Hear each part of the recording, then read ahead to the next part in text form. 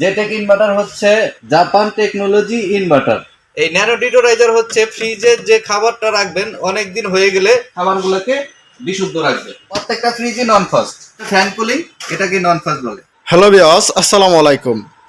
Viewers, প্রতিদিনের মতো আমরা আজকে আবারও চলে আসলাম কেবি ইলেকট্রনিক্সে। আজকে আমরা আপনাদের মাঝে দেখাবো শার্পের রেফ্রিজারেটর। প্রতিদিনের মতো আজকে আমাদেরকে হেল্প করবে আমাদের সুরজ ভাই। আসসালামু আলাইকুম সুমন ভাই, আশা করি ভালো আছেন। জি ভাই, আলহামদুলিল্লাহ। আজকে আমি আপনাদেরকে শার্পের রেফ্রিজারেটর দেখাবো। আমরা যে সব শার্পের ফ্রিজ বিক্রি করি এগুলো হচ্ছে স্কয়ার ইলেকট্রনিক্স এর অথরাইজড প্রোডাক্ট। আপনি আমার সামনে যে ফ্রিজটা দেখতেছেন এটার মডেলটা হচ্ছে FJEX 285 ESS। ESS এটার কালারটা বোঝায়। আর এটা 241 লিটারের একটা ফ্রিজ। এই ফ্রিজটার টেকনোলজি সম্পর্কে যদি আমি আপনাকে বলি, এই যে লেখা আছে যেটেক ইনভার্টার, দেখেন আপনি দেখতে পারবেন। যেটেক ইনভার্টার হচ্ছে জাপান টেকনোলজি ইনভার্টার।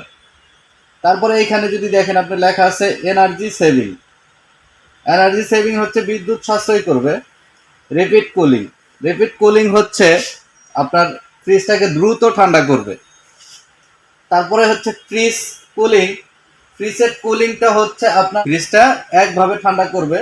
তারপরে যদি দেখাই লো নয়েজ অ্যান্ড ভাইব্রেশন, এই ফ্রিজটা কোনো সাউন্ড কিংবা ভাইব্রেশন করবে না।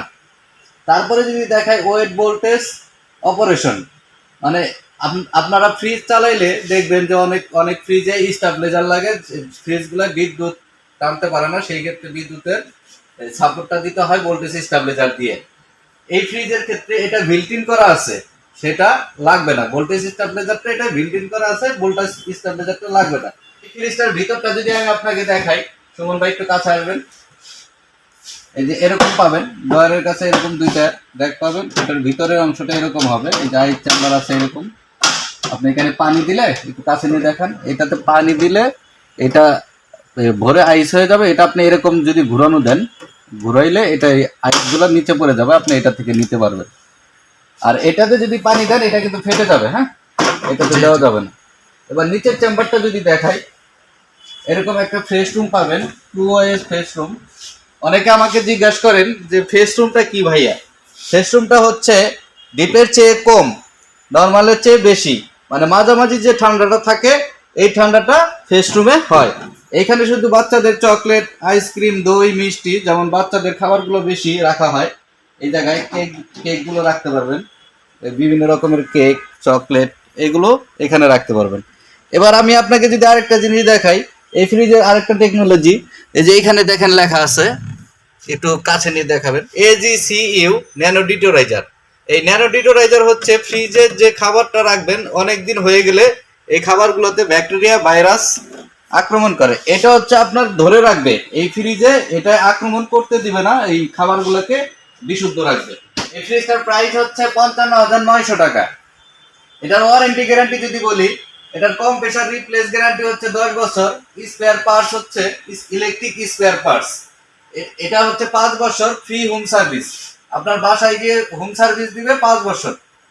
এরপরে যে মডেলটা দেখাবো সেটা হচ্ছে আমার এই পাশের এই মডেলটা দেখতেছেন, এটার মডেলটা হচ্ছে HJC 345 ESS।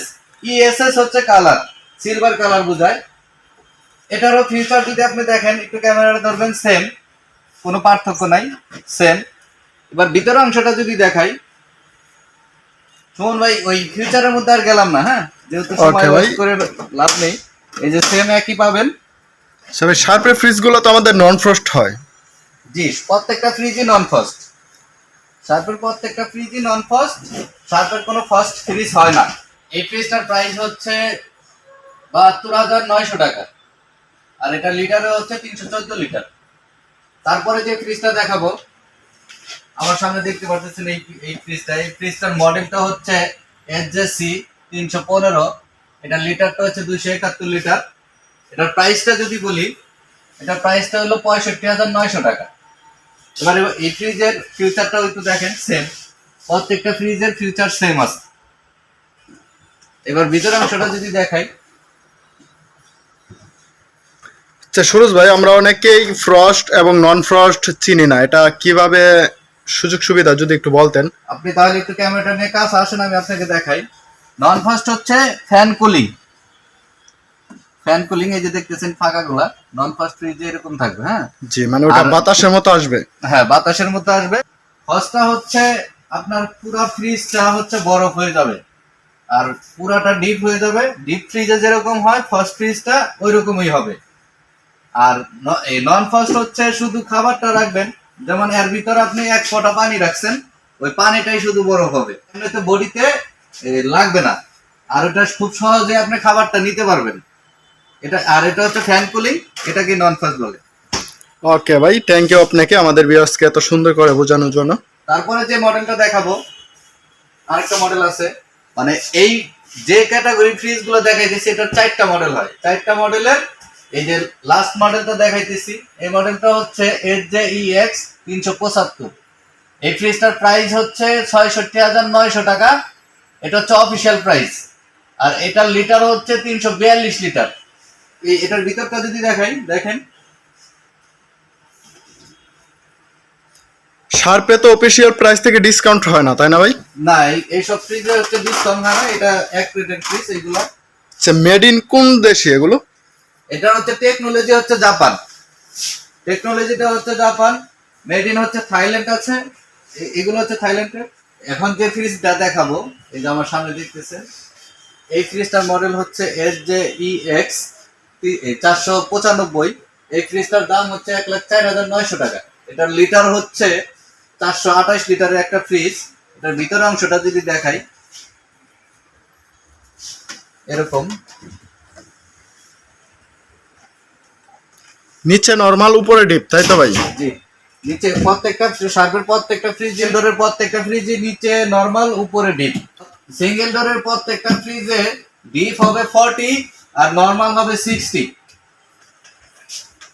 এই যে দেখলেই বুঝতে পারতেছেন প্রত্যেকটা ফ্রিজের শার্পে। কারণ নন ফাস্ট ফ্রিজ গুলার একটু ডিপ হয়, ছোট। এখন যে ফ্রিজটা দেখাবো, এই ফ্রিজটার মডেল হচ্ছে HJEX 455। এটার লিটার হচ্ছে 397 লিটারের একটা ফ্রিজ। এটা ভিতরটা যদি দেখেন এরকম হবে, দেখেন।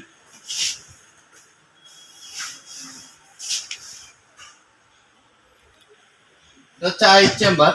এখানে আপনি পানি দিতে পারবেন, এই উপরে পানি দিলে এখানে আইস তৈরি হয়ে যাবে। আর আপনি এই বাটিটা নিচে থাকবে, এই নিচে থেকে এই আপনি আইসটা নিয়ে নিতে পারবেন। এখন আপনাকে আমি এই ফ্রিজটার কন্ট্রোলিং দেখাবো, টেম্পারেচার কন্ট্রোল করে কিভাবে, এটা একটু দেখবেন। এই যে এখানে দেখবেন 2টা বাটন আছে, লেখা আছে আর আর এফ। আর তে হচ্ছে রেফ্রিজারেটর বোঝানো হয়েছে, আর এফ তে হচ্ছে ফ্রিজার। আপনি যখন এটাতে চাপ দিবেন তখন হচ্ছে ফ্রিজারের কাজটা করবে। এফ তে যখন চাপ দিবেন ফ্রিজারের কাজ করবেন। যখন এটাতে বারবার পুশ করবেন, এই যে 3টা বাটন দেখা যায় সাদা বাটনগুলা, এটা নীল রঙের হয়ে যাবে। তবে আপনি আপনার মতো করে আপনি করে নিতে পারবেন, সেট করে নিতে পারবেন। তো সুমন ভাই, আপনার ভিউয়ারদের জন্য আজকে আমার এই পর্যন্তই কালেকশন ছিল। আমি যা ছিল সবগুলোই দেখাইছি শার্পে। আশা করি আবার পরবর্তী ভিডিওতে আরো কিছু যোগ করার চেষ্টা করব। হ্যালো ভিউয়ার্স, সুরজ ভাই আপনাদেরকে দেখালো শার্পের রেফ্রিজারেটর ফ্রিজ।